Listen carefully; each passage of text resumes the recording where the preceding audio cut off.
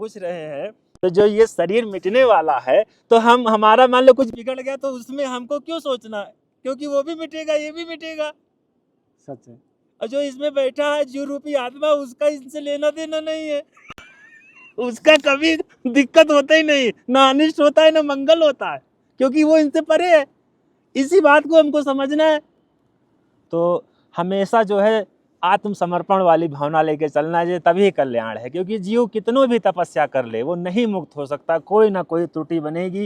ये देह संबंध में फंस के उसमें कहीं अहंकार आ जाएगा, कहीं काम आ जाएगा, तो उसमें वो फंस जाएगा। तो बोले ये बताओ कि एक बाप तेरा दादी का छोरा, एक बाप तेरा बुआ का भाई, और एक बाप तेरे माँ का पति, और एक बाप तेरे नानी का जमाई, बता तेरा बाप कौन है? तो ये है। कन्हैया जी बहुत अच्छा कार्य कर रहे हैं, अपने चैनल के माध्यम से भक्तों को तमाम संतों का दर्शन कराते हैं, तमाम सत्संग का लाभ प्रदान करते हैं।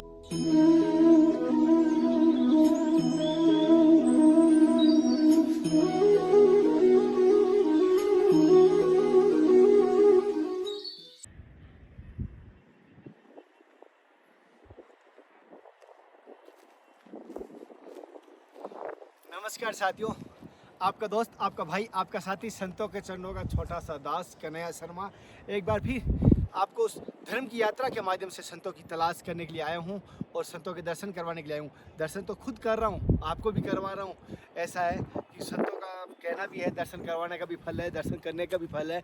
तो आप मानसिक यात्रा में दर्शन कर रहे हो तो आपको वही फल मिल रहा है। तो सभी से कहूँगा, अगर आपको धर्म की यात्रा किस प्रकार लग रही है, जो वापस मैंने हिमालय की यात्रा शुरू की है, जैसे कि मैं वापस आया हूँ, वापस आया हूँ, शुरुआत हो चुकी है, तो आपको किस प्रकार लग रही है धर्म की यात्रा की ये सारी नई सीरीज, नई जर्नी, इसके बारे में कमेंट करना।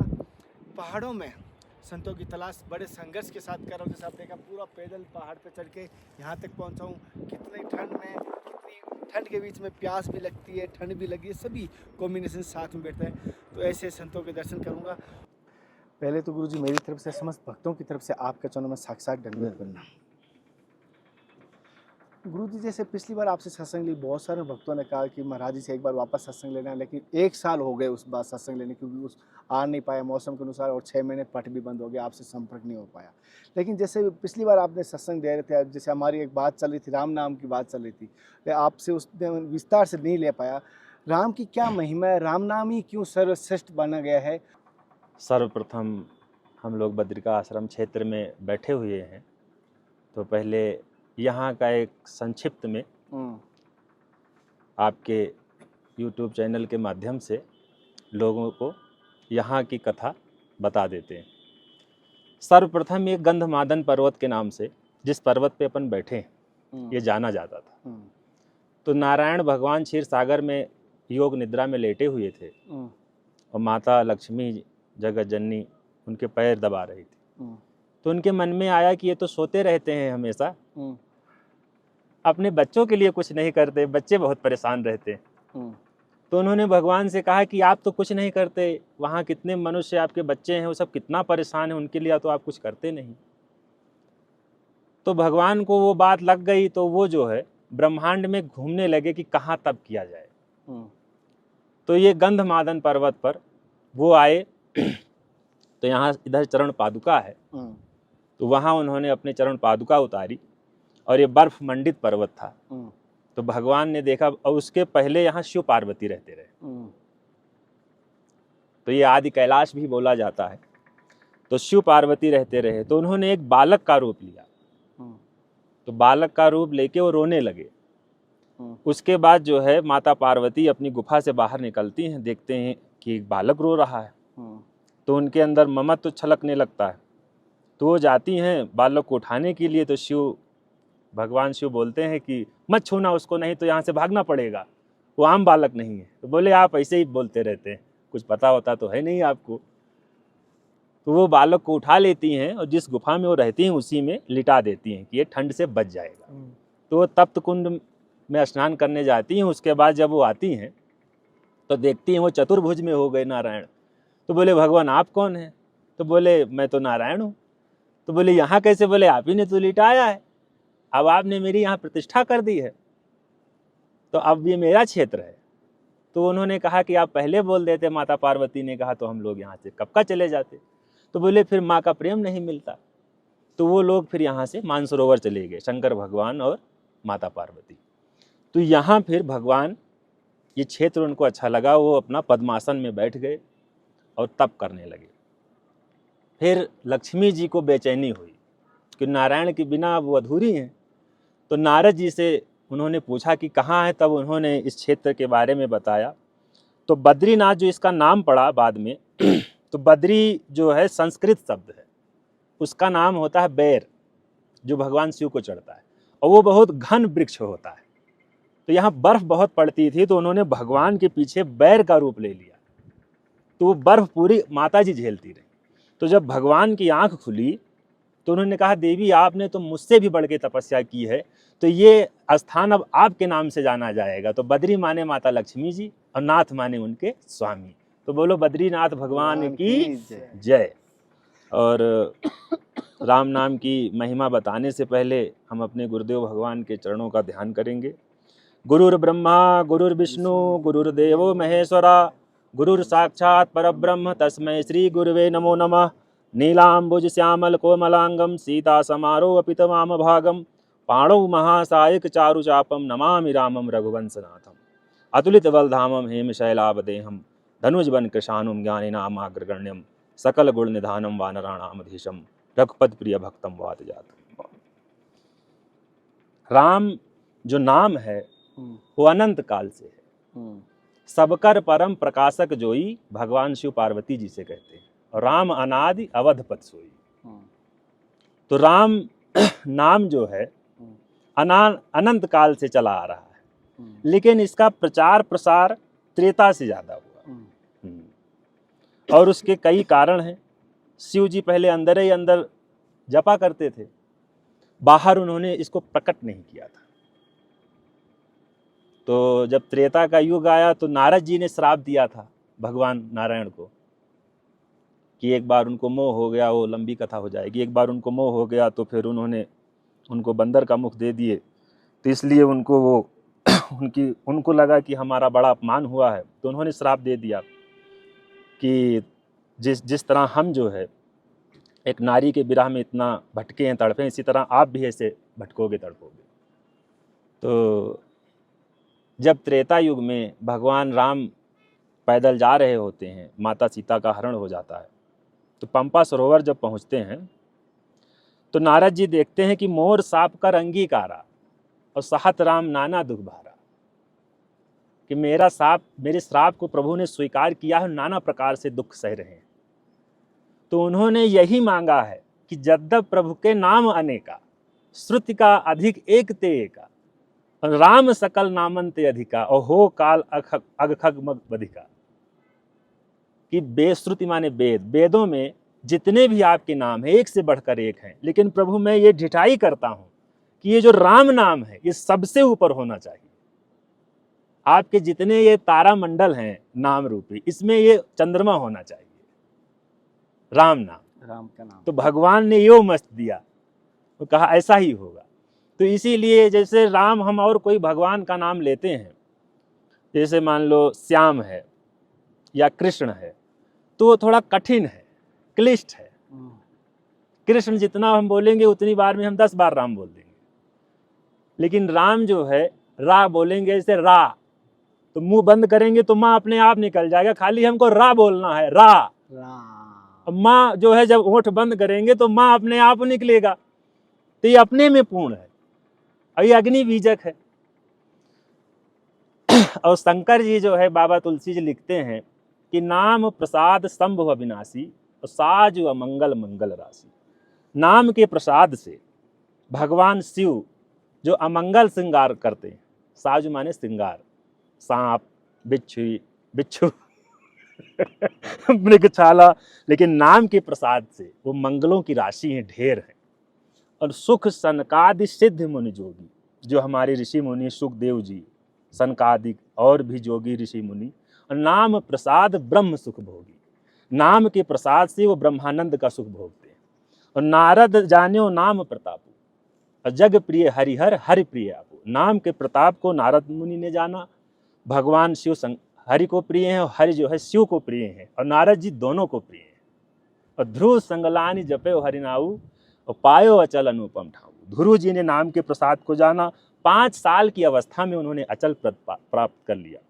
और भगत नाम जपत प्रभु कीन्ह प्रसादु और भगत शिरोमणि भे प्रहलादु। 5 साल की अवस्था में नारद जी की कृपा के द्वारा भक्तराज प्रहलाद जी ने नाम के प्रताप को जाना, और 5 साल में उन्होंने खंभे से नरसिंह भगवान को प्रकट कर दिया। बोलो नरसिंह भगवान की जय हो। जय। आपतु अजामिलु गज गनिकाऊ भय मुकुट हरि नाम प्रभाव। आपतु माने नीच, अजामिल तो सुने ही होंगे, गज माने वो गजेंद्र, और गणिकाऊ माने गणिका एक वैश्या थी। सब मुक्त हो गए नाम के प्रभाव से, नाम के प्रभाव से सब मुक्त हो गए। असुमेरी पवन सुत पावन नामू ओ अपने बस करी राखे रामू। हनुमान जी को कौन बस में कर सकता है? आजकल लोग हनुमान जी की सिद्धि करते हैं कि उनको बस में कर लेंगे। जिन्होंने नाम जप करके त्रिलोकीनाथ को अपने बस में कर रखा है, उनको कौन बस में कर सकता है?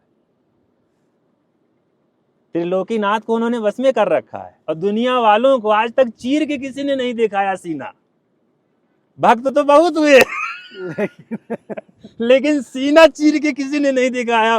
उन्होंने सीना चीर के दिखा दिया कि लो बैठे हैं, इसलिए वो भक्तराज कहे जाते हैं। और नाम की महिमा कहाँ तक बोला जाए, हम उतने योग्य तो हैं नहीं। एक दोहा आगे और है कि नाम राम को कल्प तरु और कलि कल्याण निवास, और सो सुमिरत भयो भांगते तुलसी तुलसी दास। राम नाम रूपी कल्प वृक्ष है जो कलिकाल में मन चाहा पदार्थ को देने वाला है।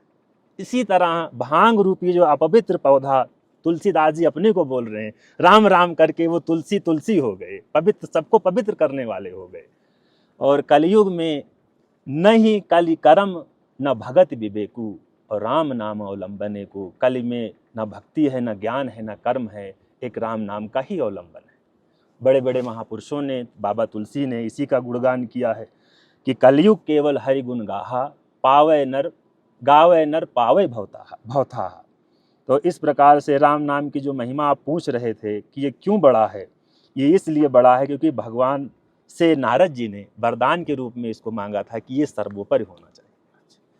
गुरुजी, जैसे हम कल सत्संग कर रहे थे बिना कैमरे के, तब एक बात पूछी थी मैंने आपसे, लेकिन उसको और नाम का इसलिए प्रभाव ज़्यादा है कि दंडक बन प्रभु कीन्ह सुहावन। दंडक बन को जो श्राप था गौतम ऋषि का, तो भगवान राम पहुँचे, श्राप खत्म हो गया, और नाम ने जन मन अमित नाम किए पावन। कितने लोगों को उन्होंने पवित्र कर दिया है, कितने मनुष्यों को। तो जो 2 स्वरूप हैं परमात्मा के, एक सगुण और एक निर्गुण, बाबा तुलसी कहते हैं कि इन दोनों से नाम बड़ा है, क्योंकि दोनों उसी में आ जाएंगे। गुरुजी, इस बात को मैं एक आगे बढ़ाता हूँ। जैसे राम नाम में भी सीता आता है, राम नाम के साथ सीता नाम आ जाता है, फिर हम सीता राम क्यों लिखते हैं? सीता राम जैसे बहुत बड़ी चीज़ है, जैसे मान लो PhD का जो छात्र है, तो हम उसको थोड़ा बताएंगे वो समझ जाएगा, और कक्षा 1 वालों को पूरा समझाना पड़ेगा। हाँ, इसीलिए आम जनता जैसे को समझ आ जाए। हमारी भावना जुड़ी हुई है। जो रामानंदी संत हैं या और भी संत हैं, भगवान से रिश्ता जोड़ लेते हैं, कोई ना कोई रिश्ता उनसे जोड़ता है, तभी भक्ति करता है। तो जैसे माता पिता से उनसे रिश्ता जोड़ लिया है, तो उनको अलग अलग देखेगा, भाई सीता जी हमारी माँ है, राम जी हमारे पिता हैं। और जो PhD में है, राम ही सीता है, राम ही माता है, राम ही पिता है। तो ये है।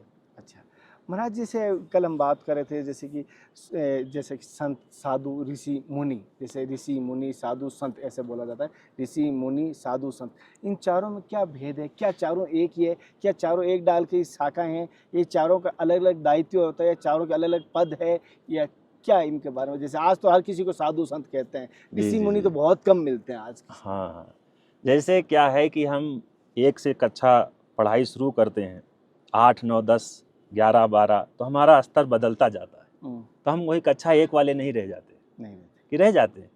तो ऋषि शब्द जो है अन्वेषण का है, कि जो वेद है हमारा बहुत क्लिष्ट है, तो ये लोग उसमें से गुप्त बहुत मंत्रों को निकालते हैं और फिर उसको समाज तक पहुंचाने के लिए अलग बैठ के खोज करते हैं कि उसको सरलतम रूप से समाज तक पहुंचाया जाए, तो उनको ऋषि बोलते हैं। और जो मुनि है वही ऋषि किसी मंत्र को लेके किसी जन कल्याण हो या खुद का कल्याण हो, मनन ज्यादा करते हैं, चुप रहते हैं, कोई एक नियम ले लेते हैं, वो मुनि कहलाते हैं। और जो ऋषि से मतलब ऋषि जो मतलब ये अन्वेषण में जो लगे रहते हैं, वो उच्च स्तर का जो ज्ञान प्राप्त कर लेते हैं, वो महर्षि बनते हैं। और जो पूरे ब्रह्म का जो ज्ञान प्राप्त कर लेता है कि जो पूरे इस सब का जो ब्रह्म है, पूरे विश्व का आत्मा एक ही है, जो उसका ज्ञान प्राप्त कर लेता है उनको ब्रह्मर्षि बोला जाता है। और साधु का मतलब है कोई एक साधना में जो लगा हुआ, इधर उधर जिसका ध्यान नहीं गया। और साधु उत्तम व्यक्ति को भी बोलते हैं, सज्जन व्यक्ति को भी बोलते हैं। कहाँ है राम सुठ साधु सयाने, राम जी को सब उत्तम बोलते थे, सज्जन व्यक्ति बोलते थे, तो साधु का तात्पर्य भी है। और क्या ऐसा होता है कि एक ही व्यक्ति इन चारों स्थान पर रह सकता है, ऐसा हुआ कभी? नहीं, ये श्रेणी है, श्रेणी। हाँ, जैसे कक्षा 1 से आप आगे बढ़ते जाएंगे तो ऋषि के बाद ये मुनि, और जैसे जो संत है वो लास्ट की श्रेणी है, लास्ट की श्रेणी। जिसने काम क्रोध लोभ मद मत्सर अहंकार को जिसने त्याग दिया हो, जो सत्य का आचरण करता हो, आत्मज्ञानी हो, उसको संत बोलते हैं, जो समाज के लिए पथ प्रदर्शक हो। गुरुजी जैसे अभी आपने जो बात कही ना, काम क्रोध लोभ, ये सब हमें नरक के पंथ हम सबको पता है, लेकिन फिर भी हम इनको जितना छोड़ने की कोशिश करते हैं, गोंद की तरह उनके जल्दी चिपक जाते हैं। ये कारण क्या है? हम जैसे छोड़ते हैं ना जिसको, वो ज्यादा तरसना उसकी तरफ बढ़ जाती है। ये कैसे? देखिए क्या है कि अगर जो हमारा ध्येय पक्का है, अगर जो हम इधर उधर भटक जाते हैं, यानी हमें कमी है। हमारा ध्येय पक्का है तो कोई नहीं भटका सकता। अच्छा, हाँ, गिलहरी का ध्येय पक्का था, अब वो क्या भगवान राम की मदद करती, लेकिन उसका ध्येय पुष्ट था कि हम भी सेवा करेंगे, तो वो पानी में जाके लौटती थी, फिर इधर रेत में वो पानी निकाल देती थी, तो सब हंसने लगे। हंसने की बात नहीं, बात भावना की है, भावना की है। होती तो सभी चीजें अंदर है, लेकिन अगर जो हमारी भावना पुष्ट है, हमारा भजन पुष्ट है, हमारे गुरु ने जो हमको मार्ग दिया है वो पुष्ट है, तो हमको कोई नहीं गिरा सकता। गुरुजी जैसे कि हम कहते हैं ना, जैसे हमारे कर्मों का फल हमें मिल रहा है। अभी अगर किसी के साथ बुरा होता है, कह रहे कि पिछले जन्म में बुरा कर्म किया हुआ, उसका फल मिलता है उसको, और एक तरफ हम कहते हैं कि उसके कर्मों का नरक में दंड मिलता है। तो नरक में दंड मिलने के बाद फिर ऐसे कौन से कर्म है जो अगले जन्म में बच जाते हैं? देखिए, जो ये मानव रूपी देह है, अब जैसे 84 लाख योनियां सुने हैं जी गुरुजी, तो ये क्या है? पेड़ है। हाँ। तो इसको दंड मिला हुआ है। अभी हम आपको एक लपड़ मारेंगे तो आप केस कर दोगे, तो इसकी डाल काटेंगे तो ये कुछ नहीं कर सकता। प्राण है कि नहीं इसमें? है। आप मानते हैं? यस। तो ये कंप्लेन कर सकता है? नहीं कर पाएगा। आप कर सकते हैं, हम कर सकते हैं। तो हमको ये जो मनुष्य देह है, ये ईश्वर का फोटो कॉपी है, हम इसमें सब कुछ सुधार सकते हैं। और जो आप बोल रहे हैं बुरा, ये हमारे दृष्टि का फर्क है। दृष्टि का फर्क है। ये शरीर तो मिटने वाला है, तो इसके साथ बुरा क्या हो सकता है? अब इसमें जो जीव बैठा है सनातन, उसका कभी बुरा होता नहीं, आत्मा का। तो हम भ्रम में है कि हमारे साथ बुरा हो गया। ये संसार की चीजें मिटने वाली है, और जो मिटने वाली है तो उसमें सुख कैसे हो सकता है? और जैसे कि गुरुजी, नहीं, जैसे आप पूछ रहे हैं, तो जो ये शरीर मिटने वाला है, तो हम हमारा मान लो कुछ बिगड़ गया तो उसमें हमको क्यों सोचना है? क्योंकि वो भी मिटेगा, ये भी मिटेगा। सच है। और जो इसमें बैठा है जीव रूपी आत्मा, उसका इनसे लेना देना नहीं है, उसका कभी दिक्कत होता ही नहीं, ना अनिष्ट होता है ना मंगल होता है, क्योंकि वो इनसे परे है। इसी बात को हमको समझना है। जैसे इसके अंदर जो आत्मा बैठी है, परमात्मा का स्वरूप है, और हर किसी में वही परमात्मा का अंश, आत्मा का स्वरूप है। असलियत में आत्मा का आपकी दृष्टि से अनुसार या ग्रंथों के शास्त्रों का अनुसार क्या स्वरूप माना गया है? क्या वो अग्नि की तरह तेज है या जल की तरह शीतल है? ज्योति स्वरूप माना गया। ज्योति के स्वरूप है। ज्योति को हम दर्शन कर पाते हैं, लेकिन आत्मा तो कभी दर्शन ही नहीं कर पाए हम। देखिए, भगवान नारायण को ज्योति स्वरूप भी बोला गया है। तो आत्मा, पहले हम अपने को ही नहीं जान पाए, हमें मनुष्य देह किस लिए मिला है, तो आत्मा को कैसे जानेंगे? मन से परे बुद्धि है, बुद्धि से परे आत्मा है। तो हम बुद्धि तो सात्विक बना नहीं पाए अपने। कहने से कुछ नहीं होता, कर्म में लाना पड़ता है। सात्विकी बुद्धि किसको कहते हैं? जो निवृत्ति और प्रवृत्ति मार्ग को जानती है, जो सनातन को जानती है, उसको सात्विकी बुद्धि कहते हैं।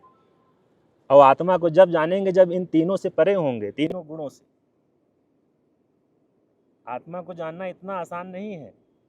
जब अर्जुन नहीं जान पाए, उनको मोह हो गया, तो ये आम जनमानस क्या बात कर रहे हैं? उनको भगवान को गीता सुनानी पड़ी। तो आम जनमानस को ऐसे कैसे समझ में आएगा?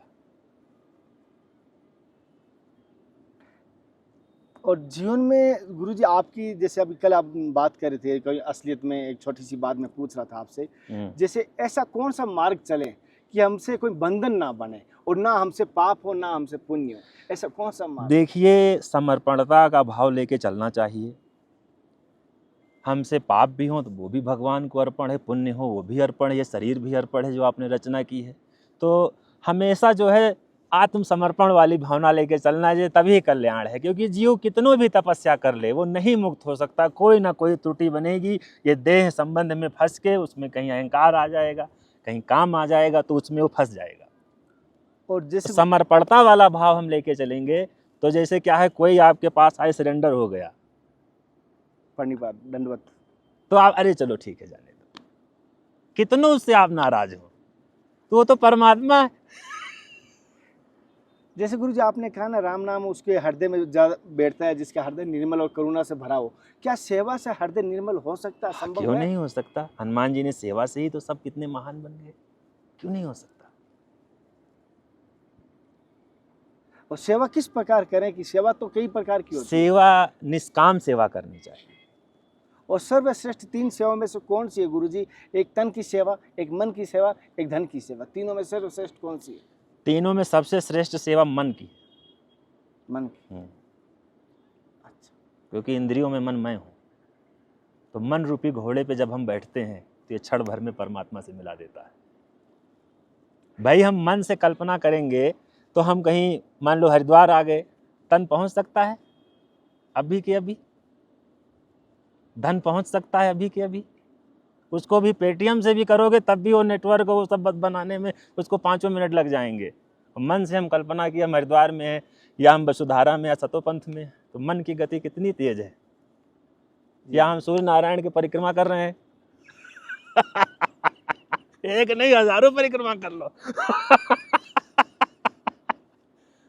मन की सेवा, मन की सेवा, मानसिक सेवा जिसको बोलते हैं। जैसे गुरुजी रात को जैसे मैं भाग के आ रहा था और आपने एक सांस का बात कर रहे थे, सांस अपनी फूल रही है, तो जैसे मैंने एक सुना है कि श्वास के साथ ही मन जाता है।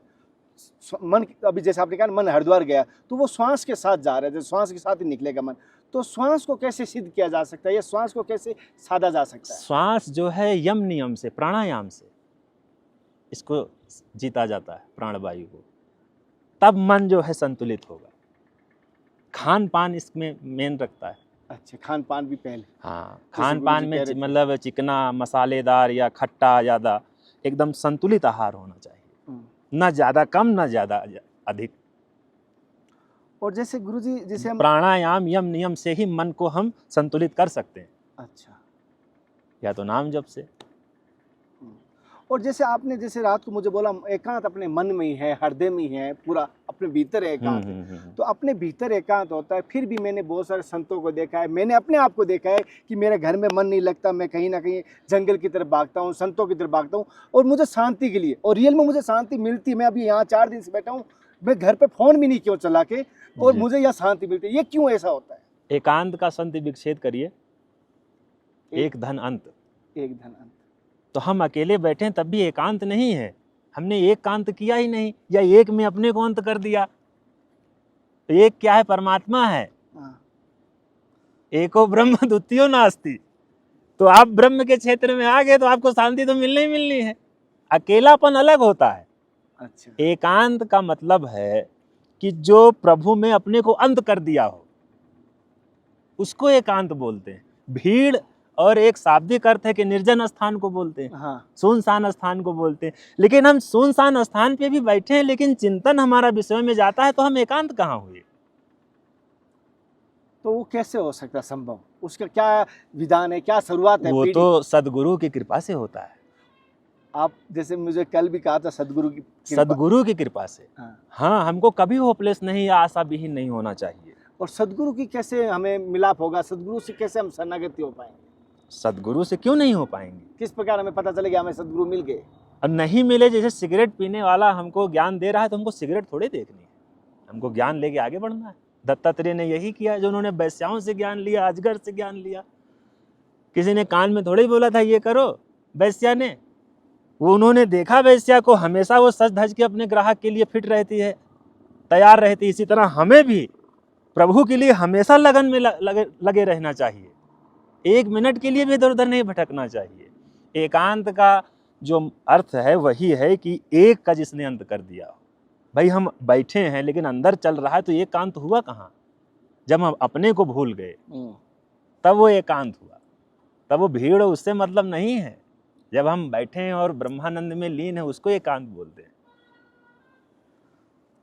गुरुजी माफी चाहता हूँ, एक सवाल और करना चाहता हूँ। कोई नहीं। जैसे कि आपने बोला ना, जैसे हमें तो उनसे शब्दों से लेना है, लेकिन आज की तारीख में माताएं बहनें जैसे भी बहुत सारी आते हैं, और यहाँ पे बहुत सारी भेजदारी भी होते हैं, और बहुत सारे आज पत्थर देके या कुछ ऐसा समझ लो, मैं कुछ कहना नहीं चाहता हूँ। उनकी आस्था एक बार तो बन जाती है, धार्मिक स्थान पे है, लेकिन बाद में उनकी आस्था टूट जाती है जब उस मार्ग पे चलते हैं। तो ऐसा कैसे प्रकार वो पहचान सके ये संत है या असंत है? एक उज्जैन का दृष्टांत है विक्रमादित्य के टाइम का। तो उनके यहाँ 4 चोर आ जाते हैं, उनके रानी का वध कर देते हैं और सोना चांदी लेके जो भी है अपना गुप्त द्वार से निकल जाते हैं। उधर से विक्रमादित्य आ रहे होते हैं, लेकिन उनका भेष संत का था। तो वो उनको जो है बोले, चलिए आपका स्वागत नहीं हुआ, आप भागे जा रहे हो। वो डर रहे हैं कि कहीं हमको कुछ ना हो जाए। तो वो वहाँ ले जाते हैं और अपने पलंग पे बिठाते हैं विक्रमादित्य जी, और उनके चरण पखारते हैं। तब तक पता चलता है रानी का प्राण निकल गया है। तो वही चरणोदक रानी को पिलाते, रानी जीवित हो जाती है। अब वो चोर जो है वो आश्चर्य मानने लगते हैं कि ये कैसे हो गया। तब वो बता देते हैं हम चोर हैं, हम ही ने मारा है, और ये कैसे हो गया। तो बोले हमने आपको नारायण समझा, उसका फल हमको मिला। आप क्या है हमसे नहीं मतलब है, भेष तो नारायण का है। भगवान ने हमको विवेक दे रखा है, मान लो ऐसा कोई मिल भी जाता है तो चलो भोजन करा दो या ठीक है जय सिया राम, उससे इन्वॉल्व मत हो। हम इतना नहीं समझ सकते? भाई आग जल रही है, वहां तो कोई नहीं जाता, भैया इसमें कूदो, उसके लिए सबको ज्ञान है। साधु महात्मा भैया इनको पहचान नहीं पाए। आप बताओ, खाई में कोई कूदता है? वहां ज्ञान सबको हो जाता है। गुरुजी तो माताओं बहनों से यही है कि नाम जप में अपना मन लगाइए, और जिस किसी को आपकी आत्मा झुके, उसका नमन करने का मन हो, उसी को अपना आदर्श बनाइए। गुरुजी जैसे हमें बहुत सारी इंद्रियों की बात करते हैं, लेकिन 2 एक ऐसी इंद्रियां हैं जो हमारे सबसे पहले सिद्ध होनी चाहिए, पहले साधना होनी चाहिए उन इंद्रियों की। एक तो हमारी मुख की जुब्बियाँ, जो स्वाद के पीछे हमारा खान पान खराब कर देती है। दूसरी हमारी दृष्टि, जो हमारे एक मनोरंजन, क्यों आत्मरंजन तो नहीं कहूँगा, मनोरंजन है, किसी की तरफ बढ़ रही है, या पुरुष की स्त्री की तरफ बढ़ रही है, स्त्री की पुरुष की तरफ बढ़ रही है। दृष्टि से सबसे पहले ये कौन होता है, और जिब्या स्वाद से वजह से हमारे आहार खराब होता है। तो इन दोनों को कैसे हम साधा जा सकता है? ये अभ्यास से होगा। और इनके अभ्यास की शुरुआत कैसे होगी? शुरुआत हमको किसी सदगुरु के सानिध्य में रहना पड़ेगा। ऐसा नहीं कि 1-2 दिन में हो जाएगा। भगवान ने अर्जुन से कहा कि ये मन को बस में करो, तो ये अर्जुन ने कहा ये मन कैसे बस में होगा, ये तो बहुत चंचल है। तो बोले अभ्यास से होगा। भगवान खुद परम योगी हैं, वो नहीं बस में करवा सकते थे, उन्होंने फिर क्यों कहा अर्जुन से योगियों के पास जाओ, वो विधि बतलाएंगे। अच्छा, तो कहने का तात्पर्य ये है कि जैसे बच्चा जब गर्भ में आता है तभी उसका जन्म नहीं हो जाता है, 9 महीने बाद उसका जन्म होता है। सभी जान जाते हैं लड़का हुआ कि लड़की हुई, और जन्म हुआ तो फिर वो जवान नहीं हो जाता। तो सबका एक स्तर है। कोई व्यक्ति एक ही दिन में 100 किलो नहीं उठा लेगा, लेकिन 10-15 किलो से शुरुआत करेगा तो 1-1.5 साल में 1 कुंटल वो उठा लेगा। तो ऐसे ही हमको लगना पड़ेगा, एक दिन बस में ये हो जाए। अच्छा। और गुरु जी जैसे कि अगर कोई भक्त जैसे आप कहीं दीक्षा देते हैं अपने या शिष्य बनाते हो क्या कोई, जैसे आप कह रहे थे सदगुरु की तलाश, और बहुत सारे मुझे यही पूछेंगे कि हम महाराज जी के पास जा सकते हैं, महाराज दीक्षा दे देंगे क्या, कहाँ मिलेंगे, तो इनका क्या जवाब दूंगा? हम तो अभी विद्यार्थी हैं, हम अभी लगे हुए हैं। नहीं, जैसे मतलब हमको परमात्मा के बारे में अभी बहुत कुछ मालूम हुआ नहीं, तो हम समाज को क्या बताएंगे? जो हमको गुरुदेव भगवान से मिला है, जो पूज्य संतों से मिला है, वही हम आप लोगों को दे रहे हैं। हम अभी उतने योग्य नहीं हैं। आप दर्शन तो मिल सकता है आपसे, कोई भगत आना चाहिए, माता बहना कोई आना चाहिए, हाँ हाँ सनकादि घाट का मैं कह देता हाँ हाँ, दर्शन मिल जाएगा। जैसे कि महाराज जी सनकादि घाट पर, ये मैं पहले ही बता दिया। महाराज एक चीज़ और पूछता हूँ, जैसे आपने अभी कल आपने एक पूछा था कि राम त्रेता के पहले थे, तो कबीर दास जी का एक दृष्टांत याद आ गया। कबीर दास जी की जीवनी पता है कैसे उनको मंत्र मिला। तो कबीर दास जी सूत काट रहे थे, तब तक एक तार्किक विद्वान आते हैं, तो राम राम जब करते हुए सूत काट रहे थे। तो उसने कहा कि क्या कर रहे हो, ये क्या लगाए हो? तो वो तिलक स्वरूप किए। तो बोले तिलक स्वरूप है, गुरु जी का दिया हुआ है। बोले ये क्या पहने हो? बोले गुरु जी ने पहना, ये कंठी है। बोले मुँह से क्या बोल रहे हो? तो बोले राम नाम गुरु जी ने दिया है, बोल रहे हैं। तो उन्होंने कहा कि एक राम दशरथ घर डोले, एक राम घट घट में बोले, और एक राम का जगत पसारा, एक राम इन सब से न्यारा। तो किस राम को तुम जप रहे हो?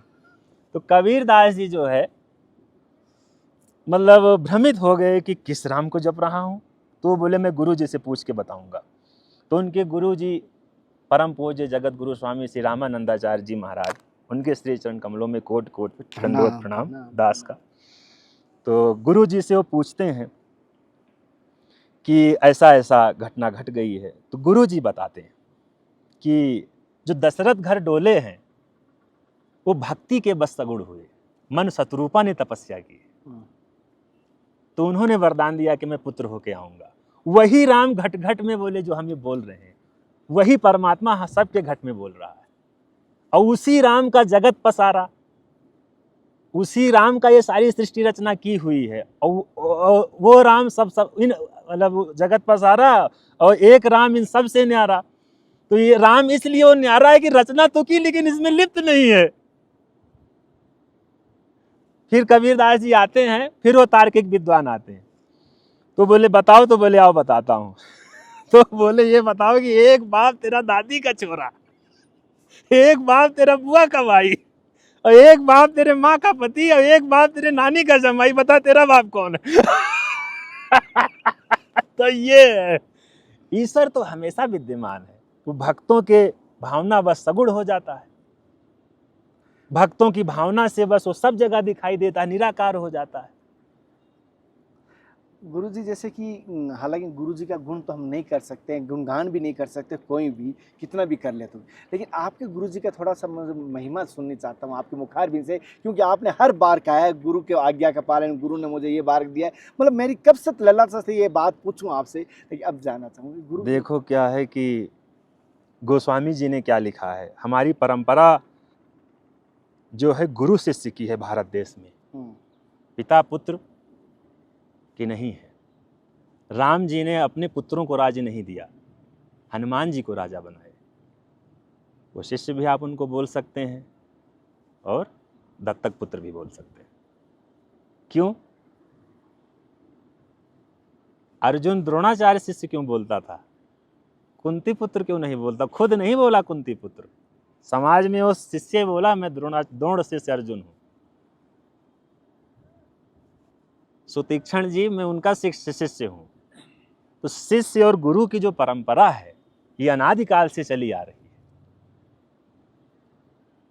है। गरुण जी शिष्य रूप में गए तब काकभुशुंडी जी से ज्ञान मिला और माया का बंधन कटा।